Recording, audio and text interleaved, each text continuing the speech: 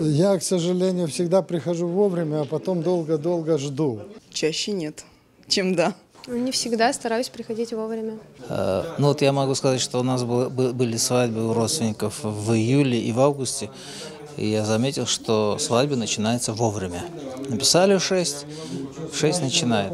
Ну, по крайней мере, гости приходят организованно в 6. Это уже хорошо, мне кажется. А то у нас ведь пословица была, что вот позовут в 7, а придут 10 часов на свадьбу. Да, опаздываем. Нет, такой привычки нету.